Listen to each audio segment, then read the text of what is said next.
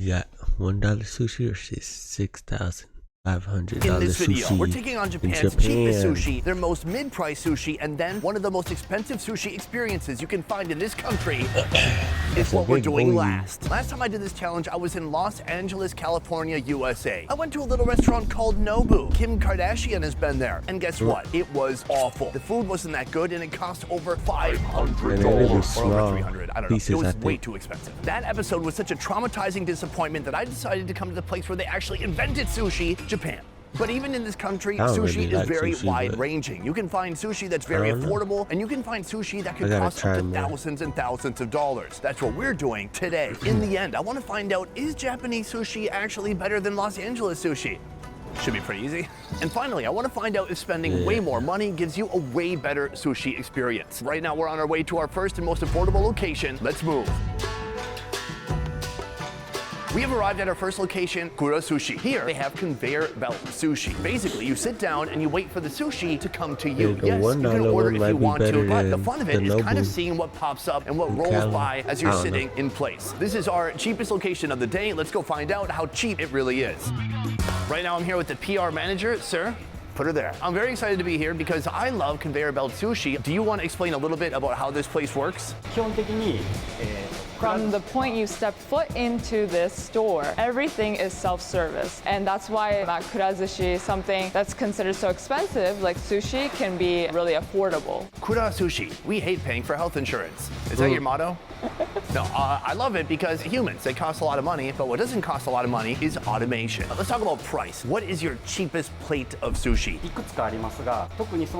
The one he recommends is tuna, 150 yen. So 150 yen for 2 nigiri, translated to USD, that's $1.01. Oh my God. So for like basically $10.10, you could be getting 20 pieces of nigiri. That's a great deal. I'm very excited. Thank you for the information. Next, I'm going to sit down and eat. Quickly approaching is our most affordable sushi of the day. I believe this is tuna bone. Give it a push, pull it out, and free it from its plastic prison. Everything here is driven by the fact that they don't want anyone to have to talk to you the whole time you're here. Oh, can I get some soy sauce? No, it's right here in a squeeze bottle. Oh, can I have a beer? I want to get drunk. Boom, right here. Draft beer, order, confirming order, done. What? I love it. Now you can see they've already put this tuna in some sort of flavorful sauce, but just in case, I want to add some soy sauce. Give it a couple of dabs. Oh, it's so good. High quality soy sauce. Oh, that's my drink. I ordered a beer, but I also ordered a ginger cider because I'm not really going to drink the beer. I want to look tough on camera. I'm sorry. Ginger. Where were we? The big difference in being in Japan is the sushi rice. It has some kind of soury sweetness to it. And then the fish itself, it's got a little bit of sweetness to it. And then, of course, I've added some saltiness with the soy sauce. Now I want to see what else this place has because they have some very unique items, including this. That is natto. It's like a fermented soybean. Here's the thing. When you're done with your plate, you put it into the plate receptacle like so. Where'd it go? No idea.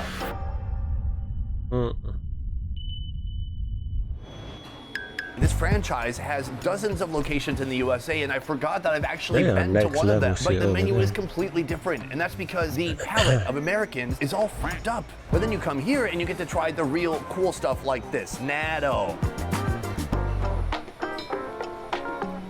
Not for everybody. A nice rice base, crispy seaweed, and then just absolutely slimy, gooey natto. It's a little bit nutty in flavor, but a mild taste overall. It's all about that funky texture. So from here, I'm about to pile up on these plates. It's time for serious business.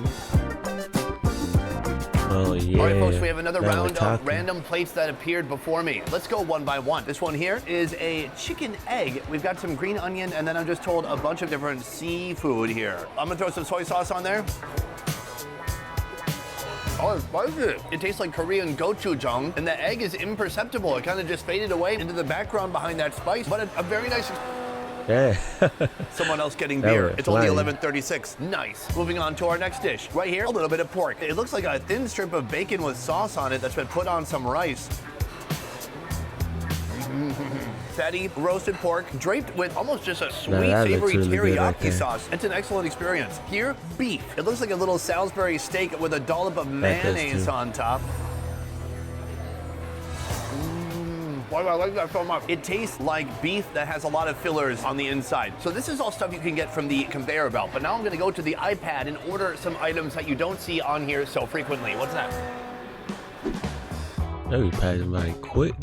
All right, folks, right here we have one of the most expensive pieces I could find on the menu. This is the snow crab. On top of it, I'm gonna put sweet shoyu-based sauce.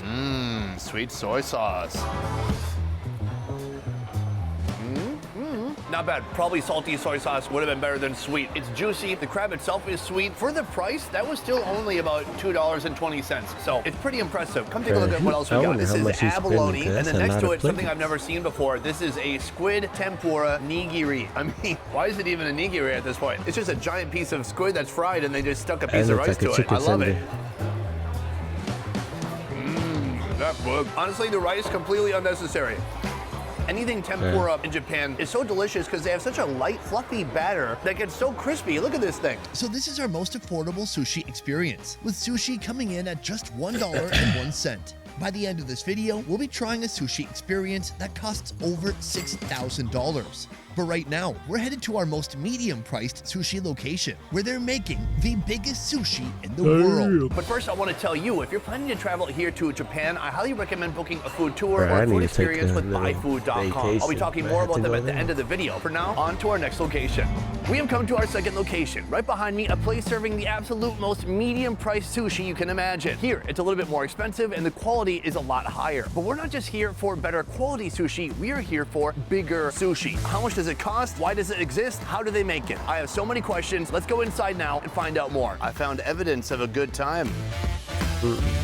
All right, folks, I'm inside right now with Chef Ishida. We're about to make our nigiri, but first we need the sushi rice. Right now we're headed to the kitchen where they have the rice steaming away. The rice is within a kind of a net or a cheesecloth at the moment, and that is gonna make it super easy to remove. He grabs the cloth and he makes a quick move over to here, putting the rice into this big wooden vessel. Look at that, steamy and delicious. Now we're headed to the front of the house. The rice looks super steamy.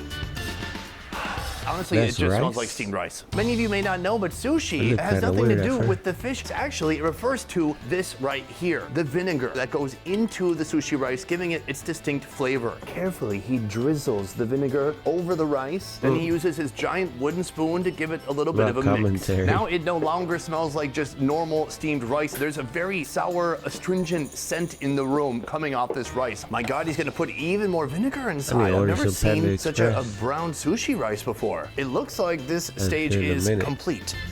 But what's next? This is not yet ready for consumption because it's too hot. So he's gonna put this away for about an hour so it cools down and the texture changes a bit. Then it's ready for making sushi. Hi? Hi. Hi.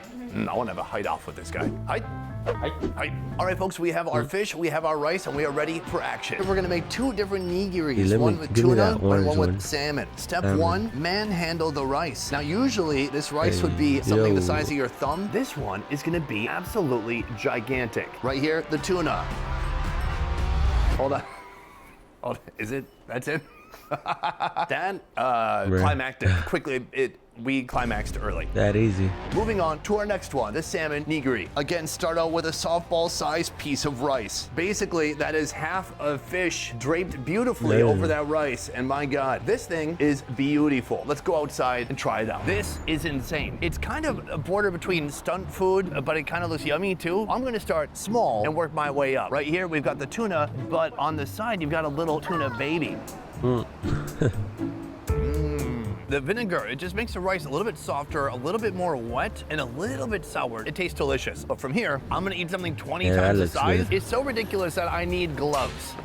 He very kindly gave me a knife and fork. I'm not gonna use that. I wanna pick up the whole thing. Boom, that is what I call nigiri. I can feel the rice breaking apart a little bit. I'm gonna give it a little bit of a dip in the soy sauce here. There you go, and let's go for it.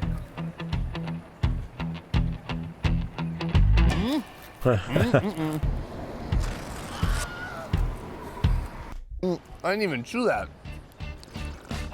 Wow, I think there's some tendons or something in there. That did not break apart as it usually does. Look at this, it looked like it got into a car accident. I'm starting to understand why people don't usually eat nigiri in this way. But what if I try to eat it from the other side? 100 IQ. Oh yeah, nothing's gonna go wrong this time. You gotta cut it up. Refreshing. I can taste the sea. Oh my Lord, that's a lot to handle. So that is the tuna. I gotta say, I like the tuna a lot more when they cut it into little pieces that I can actually bite through. Beyond that, delicious. Now let's get into the salmon. Right here we have our little baby salmon nigiri.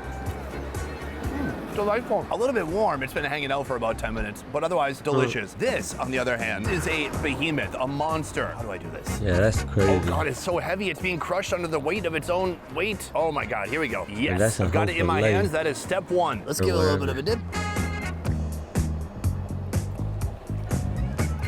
No issue with the sinew or tendons or whatever that was in the tuna. It's just thick, delicious, raw salmon. I love it. Oh my God, I got another pound of meat before I even get to the rice. That's crazy. This is my next bite right here. Rice, salmon, all of it together. That price would be worth it though, I think. I don't think I can go back to normal sized nigiri. It's super yummy. It's also a lot of protein. My omega-3s are through the goddamn roof right now. Thank you. Let's talk about the price. Each of these costs 5,000 yen. That's only about $33. That's kind of wild to me because this is like half a salmon here. Here is the catch. This isn't usually on their menu. This is something you need to call ahead and ask for. And even then, they still might not do it for you. It depends on their schedule. So if you do come here, I recommend getting the normal size sushi because it's much more convenient to eat. Before we finish up, there's something I want to do. My favorite form of salmon nigiri is the roasted one that has mayonnaise on top. I brought the chef with me. He has gas and he has mayonnaise. Let's make some magic. Step one, a little bit of a squeeze of mayonnaise, and now like the torch. 6 people to do that. Yeah, buddy. Torched mayonnaise with salmon is such a good flavor. Surely it's gonna work when you scale it up 1,000 times like this. Oishi? Oishi. Oishi. Oh gosh, I'm using my trusty Ginsu knife here to get through the mayonnaise, the fish, and the rice. Oh, look at that cross section. Literally, my food has a tail. Here we go. Dang, bro.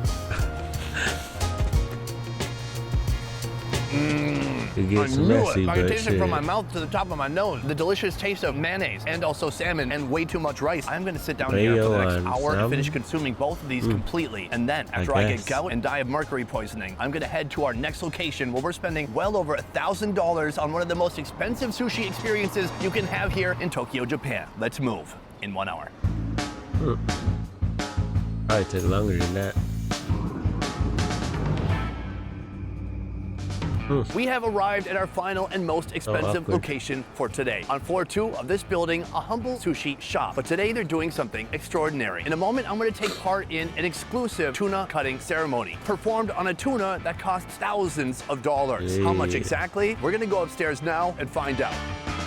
All right, folks, this is my culinary guide, Locke. This is Sushi Chef Cho, and this is a tuna that weighs over 170 pounds. We're about to open it right now. Let's take a look inside. Ready? You can talk out loud.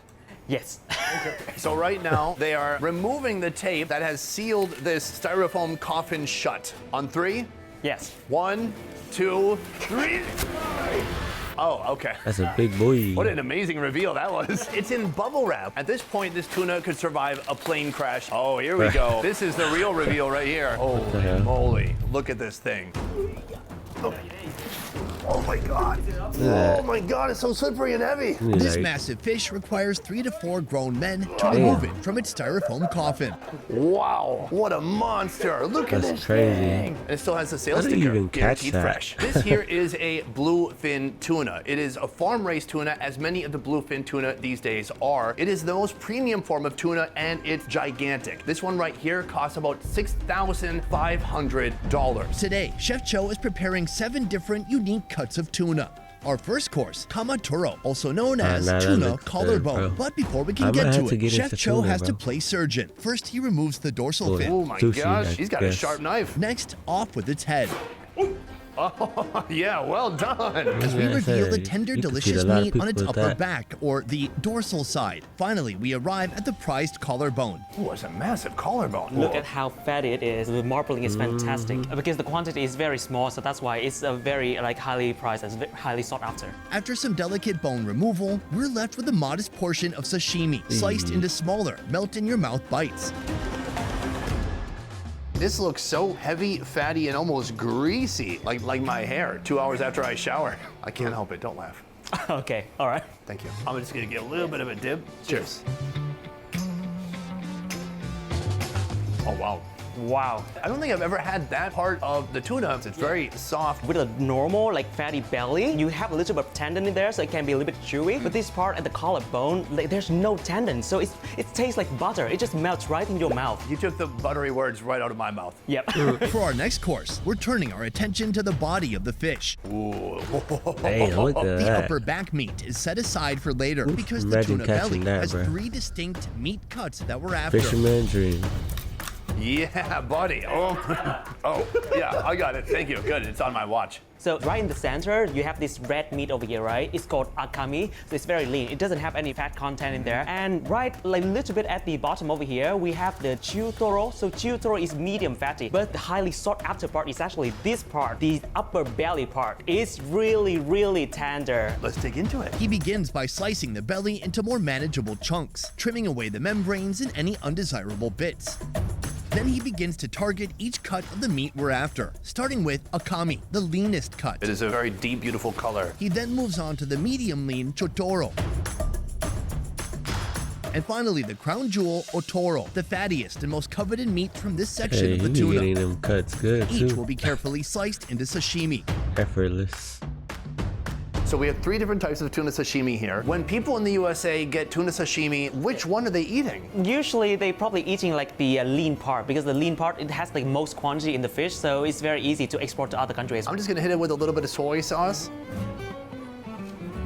Very nice. It's a very familiar flavor. It's soft, it's They just super add some tender. It's avocado not to greasy, it. it doesn't leave any residue on your mouth, but it's still a very nice, clean And flavor he with a said- wonderful texture. Moving on, right here we have our medium fatty tuna. The color is a little bit different. It's a gradient that's going from red to a little bit more pink. Give it a little bit of it. Now what, hold on. Yes. What should I expect different now? You should taste it a little bit more like, fat content in there. It's gonna be a little bit more tender. Let's go for it. Yeah.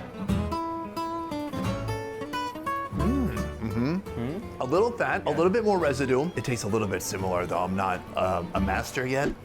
Finally, we are trying the fatty tuna or the tuna belly. This is completely different. You can almost see some marbling. It reminds me a bit of the collarbone looks like section that we just watermelon, ate, bro. but slightly different. Yes, exactly. You can see a little bit more like tendon in here as well. Because of that, it's less premium compared to the collarbone, but it's still very tender.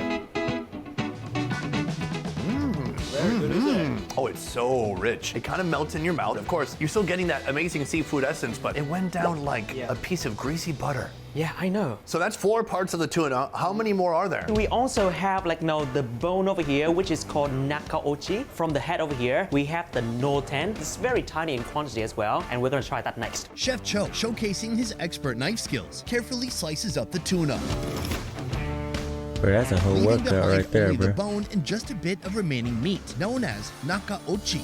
The spine is then chopped into smaller pieces and served raw with a spoon. Oh. Huh? All right, folks, this is dish number 5 right here. A portion of the spine and beyond. We've got this special spoon right here with a pointed tip that's gonna help us retrieve the meat. Let me show you how to do it. You just scoop it out like this, right? Ooh. And now you have a piece of tuna over here on your spoon. All right, so you're almost mincing it and peeling at the same time, creating a delicious tuna mush. Oh, there is my mush. Little bit of soy sauce. Normally you wouldn't be able to find this in regular supermarket. Even in regular restaurants, they don't have this either. Let's go for it. They got that rare shit. Very good, right? Oh.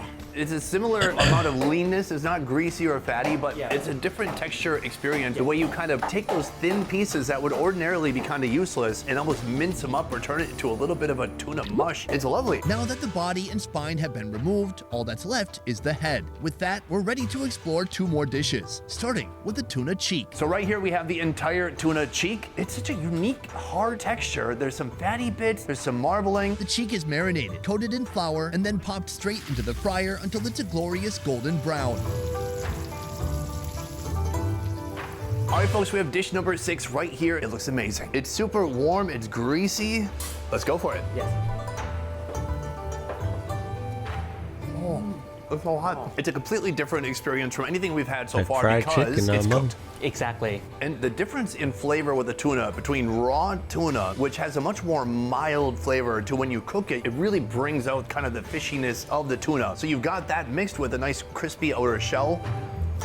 a nice, unique texture. I love it. I love it too. This is karaage chicken, but it's just fish. For our final course, we're diving into the meat of the tuna's forehead, lovingly transformed into sushi. This section of meat is also very similar to like cheekbone in that Yeah, they see, you are can eat a very lot of small in parts quantity, of but also it's very tender, it's the very body fatty. part. That's right where the tuna would Ain't usually have a nothing going to migraine. waste. Migraine gone.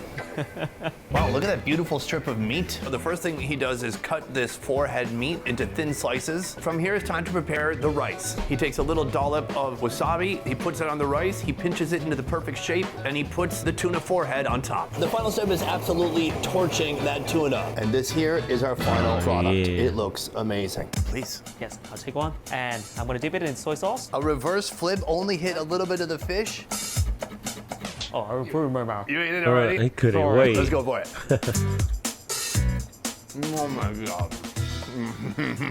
It's really good. Isn't that the best one? It's my favorite thing to really like sear the meat, whether it's salmon or it's tuna, with a hit of soy sauce. It makes it salty, it's fatty, it's soft, tender, and then you have that delicious sushi rice to balance everything out. That is 10 out of 10 delicious. 10 out of 10. That's absolutely my most favorite dish throughout the night tonight. I love it so much. So from here, we only have 14 more dishes that we're making from this tuna. Damn. No, that's it. So that is basically our full tuna experience for tonight. 1 fish, 7 different dishes.